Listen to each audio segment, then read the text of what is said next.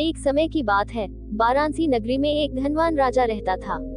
राजा का नाम सुधर्म था और वह अपने धन दौलत और सुख समृद्धि के बीच भी अच्छा हृदय वाला राजा था। वह अपने नगरवासियों के प्रति सदैवता भाव रखता था और समाज के दीन दरिद्र लोगों की सहायता करने में भी तत्पर था। राजा सुधर्म के राज्य में एक साधु बाबा रहते थे, जिनका नाम स्वयंभू था। स्वयंभू बाबा विदेशों में अपने तपस्या और ध्यान के लिए विख्यात थे। वे लोगों को आध्यात्मिक उन्नति के मार्ग पर प्रेरित करने के लिए अपने सर्वस्व को छोड़ देने की तय किए हुए थे। बाबा स्वयंभू के उपदेश से वाराणसी के लोग बड़े आध्यात्मिक बने और समझदार दिखाई देने लगे। एक दिन राजा सुधर्म की राजमहल में एक बड़ा समारोह हुआ, जिसमें अनेक विद्वानों, पंडितों, साधु संतों और समाज के नायक लोग आए थे। समारोह का मुख्य उद्देश्य था कि इसमें धार्मिक बच्चों को बुद्ध धर्म के महत्वपूर्ण उपदेश दिए जाएं।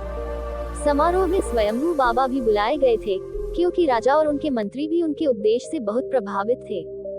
समारोह के मध्य में स्वयंभू बाबा ने बुद्ध के जीवन की कुछ घटनाओं के बारे में बताया।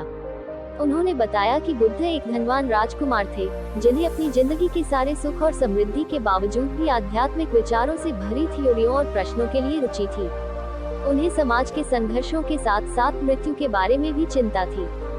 एक दिन बुद्ध ने राजमहल से बाहर निकलकर गर्भगृह की ओर चले गए, जहां उन्हें एक बूढ़े संत मिले।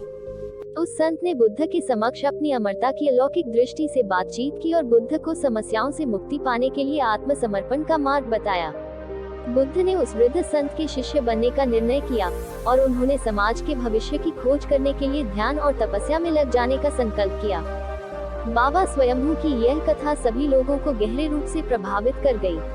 राजा सुधर्म ने भी अपनी समृद्धि के बावजूद एकांत में जाकर विचार किया और उसके बाद उन्होंने संबलपुर नामक स्थान पर एक विशाल बौद्ध स्तूप बनवाया। इस स्तूप के निर्माण से उन्होंने बुद्ध के उपदेशों का प्रचार प्रसार और समाज के दीन दरिद्र लोगों की सहायता करने का निर्णय लिया। इससे समाज में धार्मिकता और सदैवता की भावना बढ़ी और लोग एक दूसरे के साथ प्रेम और सम्मान के साथ रहने के लिए प्रेरित हो गए। इसी रूप में बुद्ध के जीवन की इस कथा ने राजा सुधर्म और वाराणसी के लोगों को सामाजिक उत्थान के लिए प्रेरित किया और उन्हें धर्म के मार्ग पर चलने के लिए प्रेरित किया। इस कहानी से हमें ये शिक्षा मिलती है कि समृद्धि और सामाजिक संसाधनों के बावजूद हमें साधु संतों और धार्मिक विचारों का सम्मान करना चाहिए, जो हमारे जीवन को सार्थक बनाते हैं।